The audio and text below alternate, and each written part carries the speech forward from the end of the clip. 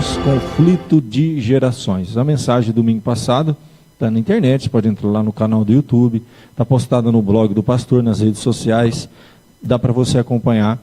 Vou fazer de novo uma rápida introdução e entrar hoje dentro desse tema num ponto muito importante, creio eu. Vocês se lembram que nós fizemos aqui uma divisão, né? Um gráfico aqui rápido que nós vimos, que tem, conforme o ano que você nasceu, provavelmente você está aqui, se encaixa em um desses grupos, vamos dizer assim. Você teve um período na história, logo após a Segunda Guerra Mundial, a geração dos baby boomers, né? Foram muitos filhos, os pais tinham assim 7, 8. Foi um período, né? Uma marca daquela época, os pais terem muitos filhos, características, né? Marcaram aquela geração. E falamos rapidamente sobre os baby boomers. Logo em seguida, os filhos desta geração, lá pelos anos 60 e 70, até os anos 80, até 1980, a geração X são os filhos dos baby boomers. Observa-se que é uma geração que os pais já não tinham, vamos dizer, 7, 8 filhos, eram 2, 3. Né? Eu sou geração X, eu nasci antes de 1980. Muitas características interessantes, né? Marcas para esta geração e a geração X. E a letra X foi escolhida, até esse momento, não era uma questão de ordem alfabética, porque era uma incógnita que será desta geração, filha, né? A geração filha dos baby boomers. Então, foi um X da questão mesmo, a ideia era essa. O que vai ser essa nova geração? A geração dos anos 70, a geração que eu nasci, experimentamos muitas coisas, foi um período. Do ano 1980 até o ano 2000, você tem a geração Y, que essa geração também é identificada como os millennials, que seriam os adolescentes de hoje. Quem nasceu no ano 1999, 98, né? Muitos estão hoje com 17, 18, 19 anos, jovens de hoje. A geração Y, marca interessante dessa geração. Você tem a geração Z, que vem aqui de 90 a 2010, é um subtítulo que eles deram aqui. E por fim, quem nasce de 2010 e diante, geração Alfa. Nosso ponto aqui não é ficar discutindo as características de cada geração, não é uma palestra, foi uma mensagem à luz da palavra de Deus. Só que nós usamos este gráfico para mostrar assim, marcas muito distintas de cada época. Nós vimos muitas coisas que acabam afetando a cada uma dessas gerações. Nós sabemos que conforme vai evoluindo a tecnologia, uma série de coisas, isso vai afetando o que? O temperamento, o caráter, o jeito de ser de cada uma. Nós sabemos que cada vez mais as novas gerações são mais impacientes, são imediatistas, né? O aqui e o agora. Isso influenciado também pela tecnologia, por uma série de marcas que as novas gerações estão sofrendo. Brincamos aqui que a geração dos meus avós, por exemplo, que era a geração que antecedia o baby boomer, eles cozinhavam no fogão a lenha. A geração dos meus pais, que são os baby boomers, já era o fogão a gás. A minha geração, micro-ondas. E a geração de hoje? Como é que eles providenciam comida? Eles pegam um iPhone e vão num aplicativo chamado iFood. Então, é uma brincadeira, mas é um fato, é verdade, é tudo muito imediatista. A minha geração, eu vi o PC, né, o personal computer chegar, entrar nas casas, anos 90, 80, 90, a gente viu eles chegarem, e a internet chegou, e era internet de escada. Quem sabe o que é isso? Internet de escada. Esses jovens estão aí com 15 mega e reclamando que está lento, meu Deus do céu. Porque o vídeo no YouTube de altíssima definição deu uma travadinha, eles entram em pânico. Então, assim, são marcas curiosas que nós vemos de uma geração para outra. Fala, você não sabe o que é uma internet de escada. Quem aqui conheceu a internet de escada? Levanta a mão. Olha, tem um grupinho aqui, ó. É gente aqui, ó, é do X para trás aqui, né? Geração Y não sabe o que é isso, né? Geração Y não chegou a ver, a maioria não chegou a ver, né? Enfim, são marcas. Nós fizemos uma introdução mais longa no domingo passado, assista lá nossa mensagem. O que nós observamos que existem muitos benefícios e malefícios desse desenvolvimento da tecnologia. facilidades que dificultam e há dificuldades que facilitam, eu disse. A nossa geração mais novinha é uma geração que sofre por impaciência, pelo imediatismo. Eles realmente precisam amadurecer alguns pontos. Eles estão muito vulneráveis a algumas coisas que não existiam na minha época. A gente vê o mundo virtual trouxe muitos benefícios para a humanidade, mas quanta coisa ruim junto veio, a gente sabe. Então falamos lá do jogo que está aparecendo na televisão o tempo todo, a tal da baleia azul, né? Como as pessoas estão vulneráveis a coisas desse nível. E muitos outros problemas que vêm junto com o mundo virtual. Eles estão ficando estressados, as crianças estão sofrendo de um estresse que só adultos tinham, e uma série de coisas. Nós vimos então que esta geração tem características peculiares, eles vão enfrentar diversidades e enfermidades emocionais que nós e nossos pais não enfrentaram, né? Mas existem princípios que ultrapassam tempos, épocas, mudanças sociais e culturas, e é este ponto que trabalhei domingo passado. A palavra de Deus nos fala de princípios que são atemporais, independente das mudanças, né? E sabemos que a não observância destes princípios pode agravar a situação e trará maiores prejuízos a todos. No domingo passado nós falamos de Efésios capítulo 6, princípios imutáveis. Lembra? Aquela passagem muito importante que fala sobre a questão dos princípios da obediência, em que Deus estabeleceu isso, independente dos tempos e épocas, são princípios que devem ser levados a sério, e trazem consequências, né? Filho, obedecei aos vossos pais no Senhor, pois isto é justo, honra o pai e a mãe, o primeiro mandamento com promessa, para que te vá bem e sejas de longa vida sobre a terra. Então a gente falou bastante sobre isso semana passada, princípios que Deus estabeleceu, que independente da sua época, se você for geração X, Y, Z, alfa, beta, gama, delta, não sei o que vai vir pela frente, não importa, meu querido, são princípios que estabelecem o quê? Proteção, direção e capacitação. Deus, através desse princípio, Ele quer proteger você para ter uma longa vida, dar direção norte para a sua vida e te preparar para enfrentar a vida. E negligenciar esses princípios traz consequências sérias. E nós vimos, por exemplo, essa questão do círculo de proteção. Enquanto um filho entende esse princípio básico que Deus estabeleceu, Deus protege os filhos usando esse princípio, e muitos filhos que rompem essa barreira, eles saem fora do círculo de proteção. O que nós já vimos de pessoas que sofreram, né, às vezes consequências irreversíveis. Já vi casos de jovens que estavam no último ano para se formar, e numa grande empresa, tudo caminhando bem, e elas se envolveram com a pessoa errada, engravidou antes do tempo, precisou sair daquele emprego, nunca mais se acertou, o relacionamento não deu certo, nunca mais voltou a estudar. Coisas desse tipo que a gente convive no nosso dia a dia.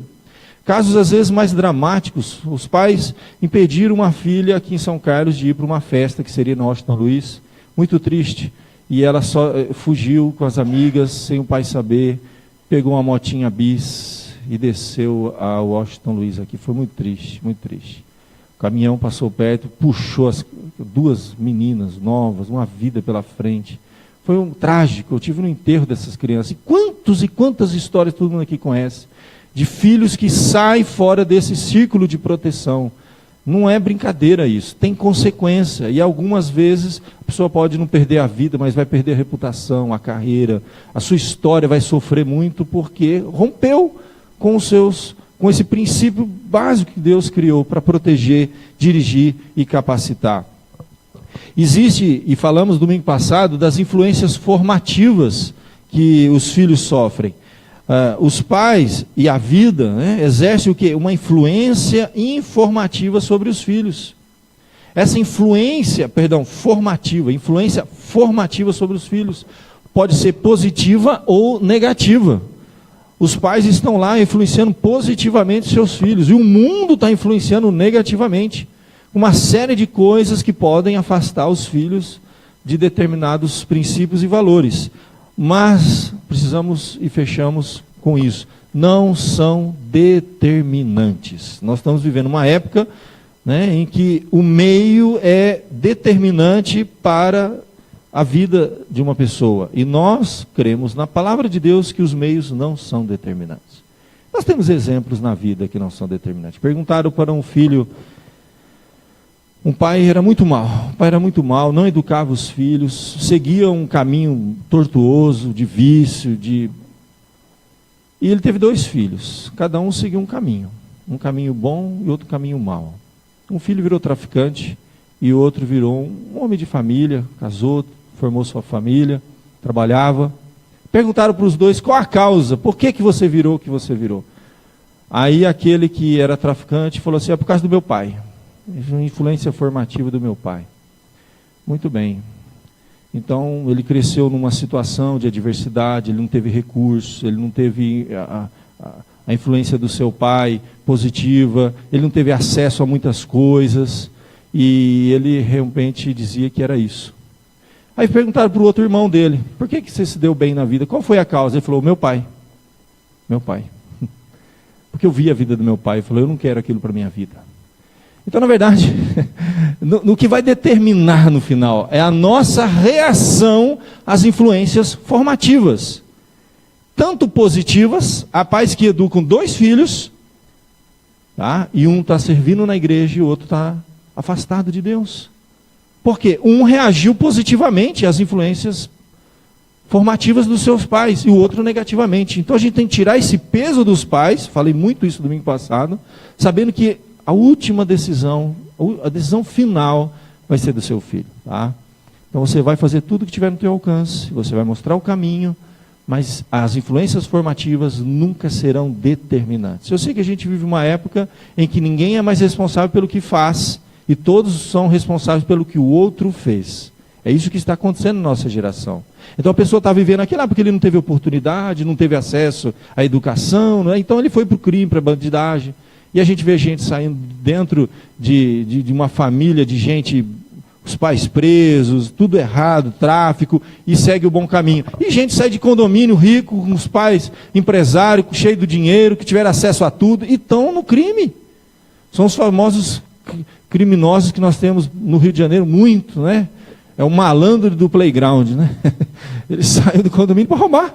Ele tem tudo em casa, mas ele anda armado e rouba. E o dinheiro fácil, gente. Trabalhar para ganhar dinheiro, que é isso? As influências formativas não são determinantes, nós não acreditamos nisso. Nós pregamos contra isso. Nós acreditamos que a reação das pessoas às influências formativas que irá determinar. Então, jovem, você não precisa seguir um caminho que você está sofrendo influência nesse caminho, quer seja dos amigos, quer seja do ambiente, quer porque você não teve oportunidade na sua vida, isso não vai ser desculpa diante de Deus e diante da vida. Pode ser que sociologicamente tente achar uma explicação, mas na prática a gente sabe que não funciona, não é assim. Então nós fechamos isso ontem dizendo que essas influências, domingo passado, não são determinantes. Guarda no seu coração Provérbios capítulo 1. Começa a ler Provérbios. Um livro inteiro foi escrito para isso. Para conhecer a sabedoria e instrução, para se entender as palavras de inteligência. O temor do Senhor é o princípio do conhecimento. Mas os insensatos desprezam a sabedoria e instrução. Filho meu, ouve a instrução do teu pai e não deixe o ensino de tua mãe, porque eles serão um diadema, uma coroa de graça para a tua cabeça e colares para o teu pescoço. Eu digo assim, como que pode? Você tem um pai e uma mãe aí com 30, 40, quase 50 anos. Cada um. Somos 2. 100 anos, um século de experiência. E você aí com 15 anos quer ter mais experiência do que alguém juntos com 100 anos de experiência. Desculpa a força da palavra, usei muito ontem num encontro com jovens mais íntimo. É burrice. Nós muitas vezes somos burros. Porque queremos saber mais que os nossos pais. Saímos do círculo de proteção, seguimos as nossas próprias veredas e nos lascamos. E triste falar isso, mas é verdade. Um jovem que não ouve a instrução, não sou eu que estou dizendo, sabe o que é tolice? Insensatez? No português, claro, nítido e transparente, é burrice. Um filho que não ouve o pai é um burro. E vai ter que se arrebentar para aprender. Infelizmente, tem pessoas que só aprendem as coisas empiricamente. Sabe aquela história da tomada? Tem que pôr o dedo. A gente é assim, infelizmente. O pai fala, se você colocar o dedo vai levar choque. Eu sei, porque eu já levei. Aí a criança vai lá, tudo bem, quando é um bebezinho a gente compreende, né? O duro, o cara virar um marmanjão barbado, estando pondo o dedo na tomada ainda. Por quê? Ele precisa ouvir, experimentar, ele precisa sentir. Empiricamente ele aprende as coisas, só apanhando, sofrendo. E aí, a Bíblia está dizendo, filho, deixa eu falar uma coisa para você. Ó, os insensatos é que desprezam a sabedoria e a instrução. É insensatez. Uma pessoa que sabe mais do que eu, está me mostrando o caminho, e eu quero sentir. Vai lá, põe o dedo na tomada. Infelizmente, nós sabemos que a maioria vai colocar o dedo na tomada e vai ter que se arrebentar para aprender. E no final de tudo dizer, meu pai tinha razão, a minha mãe tinha razão. Pena, né, gente? O sábio é aquele que não precisa passar por aquelas experiências infelizes que os seus pais passaram. O sábio é aquele que ouve a instrução e não precisa vivenciá-las empiricamente. Algumas coisas, ele se livra de muito problema. Isso é sabedoria. E a falta disso, o português claro já disse, não preciso repetir. Então guarde isso aqui, meu jovem, tá? Olha aqui, o temor do Senhor é o princípio do conhecimento. Ele fala, filho meu, ouve a instrução do teu pai, não deixe o ensino, porque isso é insensatez. É burrice. É uma palavra forte, mas é isso, né? Que a gente tem que dizer para os nossos jovens. Então vai, enfia o dedo na tomada. Se arrebenta, às vezes com consequências irreversíveis, às vezes com problemas que irá carregar a vida toda, simplesmente porque não ouviu a instrução dos seus pais. Deus estabeleceu isso. O primeiro mandamento com promessa é o quinto mandamento.